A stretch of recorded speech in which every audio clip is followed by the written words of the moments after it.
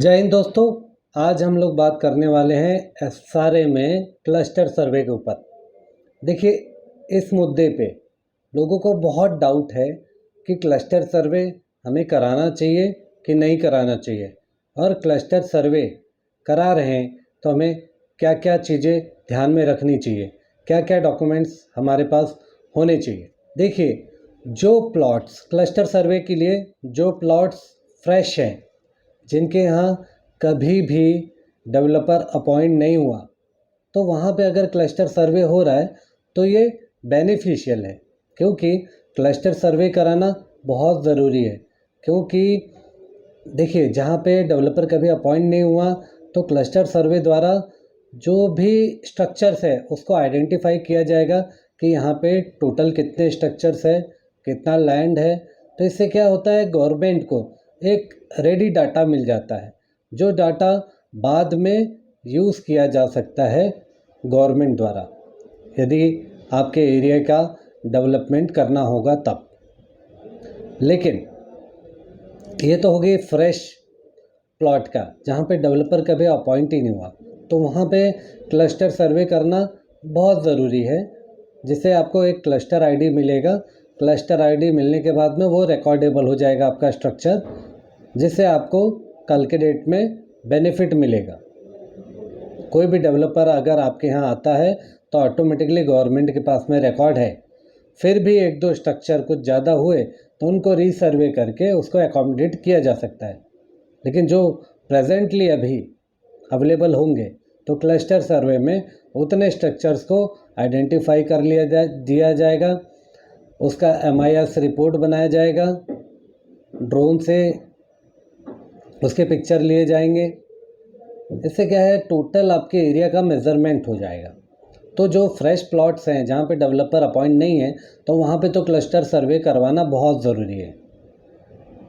लेकिन 20 अप्रैल 2022 को COSRA द्वारा 517 प्रपोजल्स को रिजेक्ट कर दिया गया था, जिस पे डेवलपर कोई काम कर नहीं रहे थे। तो उस पर भी क्लस्टर सर्वे का ऑर्डर हुआ था सभी जगह, हर एक वार्ड वाइज उसमें नोटिस इशू हुई थी कि क्लस्टर सर्वे कराना ज़रूरी है।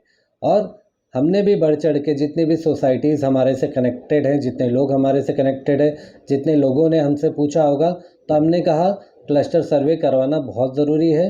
क्योंकि अगर 15-20 साल से वहाँ पे डेवलपर ने कोई काम नहीं किया, प्रपोज़ल डाल के छोड़ दिया था, तो आज के डेट में हटमेंट का पोजीशन कुछ और होगा। तो ज़रूरी है कि आपका क्लस्टर सर्वे हो, इससे स्ट्रक्चर्स आइडेंटिफाई हो कि वो स्ट्रक्चर किसका है और कितना स्ट्रक्चर है, और उससे ग्राउंड रिपोर्टिंग क्लियर हो। टोटल डाटा जो क्लस्टर सर्वे में जमा किया जाएगा उससे स्ट्रक्चर्स क्लियर हो जाएंगे, और आपका नेम का अपडेशन, जैसे लोगों ने बहुत सारे खरीदी बिक्री किए होंगे, ये सब रिकॉर्ड्स अपडेशन हो जाएगा। अब क्या है, कोई दूसरा डेवलपर अपॉइंट होता तो उस केस में वो क्लस्टर सर्वे उसके काम आता, वो क्लस्टर सर्वे के बेस पे फिर एनेक्चर प्रिपरेशन होता।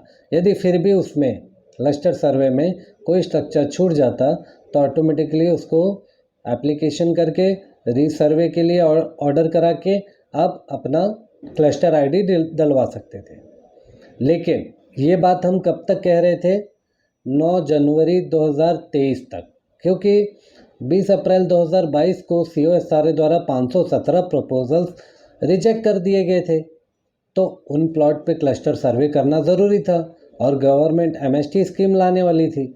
लेकिन हाई कोर्ट ने COSRA का ऑर्डर 20 अप्रैल 2022 को रिजेक्ट कर दिया और बोला कि the order doesn't pertains with the section 13 as show cause notice not issued to the developers।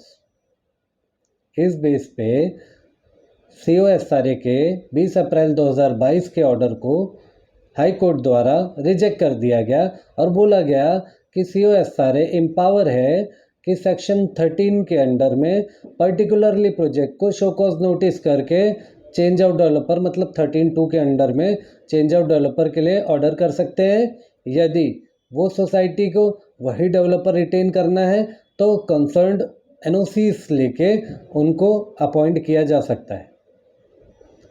तो 9 जनवरी तक तो हम खुद ही सहमत थे कि क्लस्टर सर्वे 517 प्रोजेक्ट्स में, जिसमें सर्कुलर 144 के अनुसार ऑर्डर हो गया था, उसमें क्लस्टर सर्वे हो रहे हैं तो करवाना बहुत ज़रूरी है। लेकिन जब 10 जनवरी 2023 को हाई कोर्ट द्वारा COSRA के ऑर्डर को रिजेक्ट कर दिया गया, तब ये बात सोचने वाली हो गई, क्योंकि अगर क्लस्टर सर्वे करवाया जाता है तो वहाँ पे ऑलरेडी प्रपोजल्स पड़े हैं, पुराना डेवलपर अपॉइंटेड है, पुरानी सोसाइटी अपॉइंटेड है, और हमें मालूम है कि ना तो हमें पुराने डेवलपर को रखना है, ना तो पुरानी कमेटी के साथ में काम करना है।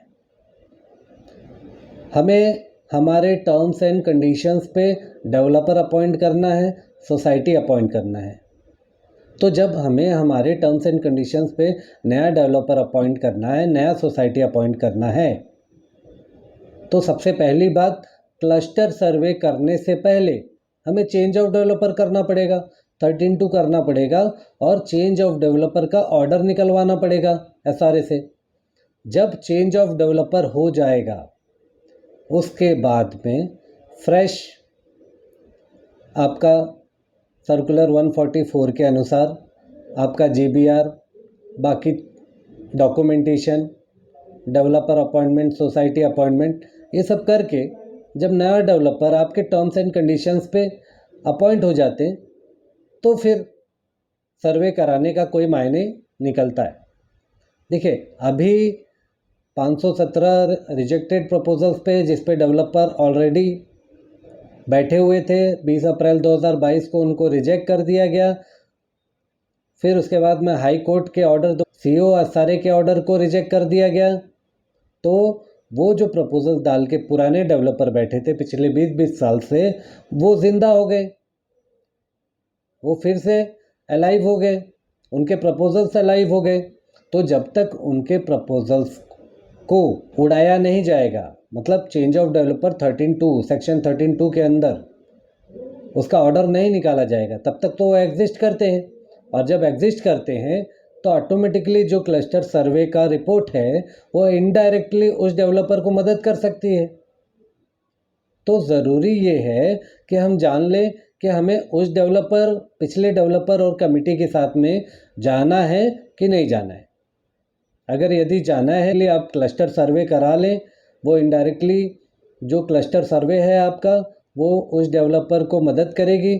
जो भी सेल परचेज किया होगा, जो स्ट्रक्चर में कहते हैं कि नए तब्दीलियाँ आई होंगी, सब रिकॉर्ड हो जाएगी, और उस हिसाब से फर्दर परमिशंस लेके वो आपके प्रोजेक्ट को बना सकते हैं। लेकिन जिस प्रोजेक्ट में 517 में से जो प्रोजेक्ट में आपको डेवलपर नहीं चाहिए पिछला, कमेटी नहीं चाहिए पिछली, तो ऑटोमेटिकली आपको क्लस्टर सर्वे नहीं करना चाहिए, क्योंकि जब तक आपका पुराना डेवलपर होगा तो ऑटोमेटिकली इनडायरेक्टली वो इस क्लस्टर सर्वे का बेनिफिट लेगा। आपके प्रोजेक्ट को लिटिगेशन में हो जाएगी आपके प्रोजेक्ट, क्योंकि वो डेवलपर है, उसको निकालने के लिए आपको चेंज ऑफ डेवलपर तो करना पड़ेगा। क्योंकि जब तक आप उनको नहीं निकालेंगे पिछले डेवलपर को, ऑटोमेटिकली आप फर्दर डेवलपर अपॉइंट नहीं कर सकते। तो जब फर्दर डेवलपर अपॉइंट नहीं कर सकते तो क्लस्टर सर्वे करा के आपको क्या फ़ायदा होगा? आप अपने प्रोजेक्ट को एक लिटिगेशन प्रोसेस में डाल रहे हैं। तो ज़रूरी है कि आपको मालूम होना चाहिए कि आपके यहाँ डेवलपर है कि नहीं है। 517 में तो डेवलपर हैं, जो 517 प्रोजेक्ट्स थे 20 अप्रैल 2022 की लिस्ट में रिजेक्ट किए गए थे COSRA द्वारा, तो उसमें तो डेवलपर्स हैं। तो उसमें तो कैसा है, अगर यदि डेवलपर के साथ में जाना है तो आप क्लस्टर सर्वे कराइए। यदि आपको डेवलपर के साथ में नहीं जाना है पिछले, तो ऑटोमेटिकली पहले change of developer under section 13(2) of Maharashtra slum act order करवा लें SRA से। फिर उसके बाद में जो भी डेवलपर अपॉइंटमेंट, सर्वे करवाना है, क्लस्टर सर्वे करवाना है, वो सब आप करवा सकते हैं। क्योंकि ऐसे क्या है, आपके प्रोजेक्ट को फिर से 5-10 साल के लिए लिटिगेशन में डाल के कोई मतलब नहीं है। तो 13(2) में पहले जाएं, जिससे लिटिगेशन क्लियर हो जाए। उसके बाद में अपने टर्म्स एंड कंडीशंस पे जो नई सोसाइटी होगी, नया डेवलपर होगा अपॉइंट, वो अपने टर्म्स एंड कंडीशंस पे अपॉइंट कीजिए। आपके क्या डिमांड्स है, उस डिमांड्स पे आप उनको अपॉइंट कीजिए। आपके ऊपर कोई रेस्ट्रिक्शन नहीं है, आपके ऊपर कोई दबाव नहीं है कि आपको करना ही करना है। तो आपने जान लिया होगा कि क्लस्टर सर्वे जो फ्रेश लैंड है, जो फ्रेश प्रपोजल्स हैं, जो जिस पे डेवलपर कभी आया ही नहीं है, तो उस पे अगर सर्वे होता है, क्लस्टर सर्वे होता है, तो आपके लिए बहुत बेनिफिशियल है। आपके रिकॉर्ड्स अपडेट होंगे। जो भी आपको डॉक्यूमेंटेशन करना है, जो भी आपको स्ट्रक्चर्स डिवाइड करना है, जो भी करना है आपको, वो आप अभी कर सकते हो क्लस्टर सर्वे के पहले।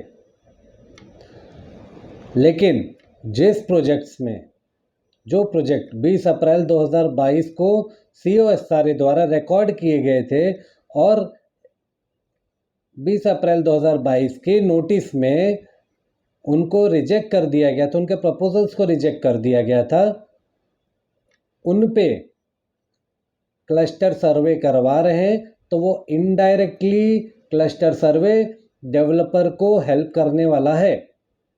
अब आपके ऊपर निर्धारित करता है कि आप पुराने वाले डेवलपर के साथ में जाना चाहते हैं तो क्लस्टर सर्वे ज़रूर कराएं। यदि आप पुराने वाले डेवलपर के साथ में नहीं जाना चाहते हैं तो आप पहले change of developer under section 13(2) order करवा लें COSRA द्वारा। उसके बाद में ही कोई कार्रवाई अपने प्रोजेक्ट में करें, जिससे क्या है, जिससे ये है कि आपका पिछले डेवलपर के साथ में कोई लिटिगेशन नहीं रह जाएगा और नया डेवलपर आपको अपॉइंट करने की परमिशन मिल जाएगी। जहाँ पे कोई लिटिगेशन आएगा नहीं तो ऑटोमेटिकली आप अपने टर्म्स एंड कंडीशंस पे नए डेवलपर को अपॉइंट करके अपने प्रोजेक्ट को अच्छी तरह से बना सकते हैं। तो आपने आज जान लिया होगा क्लस्टर सर्वे करवाना कब चाहिए या करवाना नहीं चाहिए और इसका क्या बेनिफिट है। हाँ, लोगों का ये कहना है कि क्लस्टर सर्वे जो भी सर्वे है तो वहाँ पे क्या डॉक्यूमेंट्स होने चाहिए। देखिए कैसा है, आपका आधार कार्ड, आपका वोटर आईडी, आपका लाइट बिल, ये सब आपको होना चाहिए। जब आपसे मांगा जाए तो आप प्रोड्यूस कर सको उस स्ट्रक्चर का। देखिए कुछ लोग कहते हैं कि हमें 20 साल पहले का, 2000 से पहले का बिल की कॉपी चाहिए। देखिए जिन्होंने रिटेन नहीं करके रखा है तो उसके लिए कैसा है, जो आप लाइट बिल प्रोड्यूस करोगे करंट, उसके बेस पे सक्षम प्राधिकारी उनका वेरिफिकेशन करेंगे, वो उनकी जिम्मेदारी है। अब आप 20 साल पहले का अडानी में जाएंगे लाइट बिल निकालने तो ऑटोमेटिकली आपको नहीं मिलने वाला है और लोग परेशान होकर फिर कि हमारा बायोमेट्रिक कैसे होगा, हमारा सर्वे कैसे होगा, इस चक्कर में परेशान रहते हैं। तो आपको कैसा है, जो भी आपके पास में डॉक्यूमेंट्स है, Aadhaar card, voter ID card, light bill, जो भी करंट है आपके पास में, वो आप प्रोड्यूस कर सकते हैं बायोमेट्रिक के दौरान और उस पर जो भी अधिकारी है वो सर्वे करेंगे। बाकी जो आपकी पात्रता है वो डिसाइड करने के लिए वो पर्टिकुलरली वो डॉक्यूमेंट्स जो आप दिखाए हो उनका वेरीफाई करेंगे। अब वेरिफिकेशन आने के बाद में उसके ऊपर ही कहते कि आपकी एलिजिबिलिटी डिक्लेयर की जाएगी। तो ज़रूरी नहीं है आपको कि 2000 से पहले का लाइट बिल जाके अडानी से निकालना। जो आपके पास डॉक्यूमेंट अवेलेबल है उस डॉक्यूमेंट के ऊपर आप अपना सर्वे करवा सकते हैं। आप अधिकारी से बोलिए कि हमारे पास यही डॉक्यूमेंट्स अवेलेबल हैं, इसी बेस पे आप हमारा बायोमेट्रिक सर्वे कीजिए।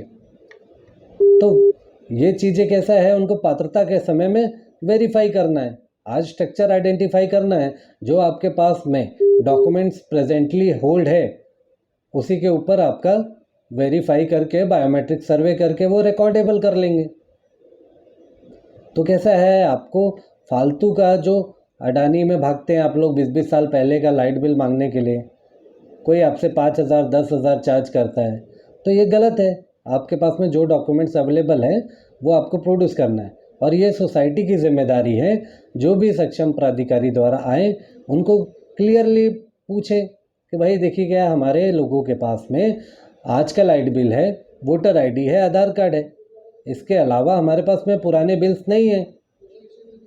तो इसके बेस पे आप बायोमेट्रिक कर सकते हैं कि नहीं कर सकते? इसके बेस पे करिए, पुराने डॉक्यूमेंट्स हम कहाँ से लाएं?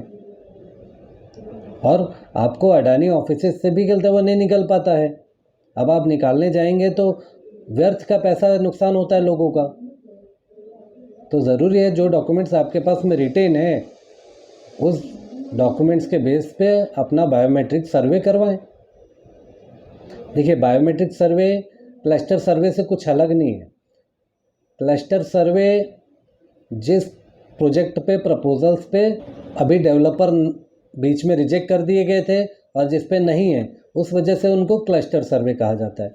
यही डेवलपर अपॉइंट कर दिया जाए और उस पर सर्वे हो तो बायोमेट्रिक सर्वे। क्लस्टर सर्वे में भी बायोमेट्रिक सर्वे होगा।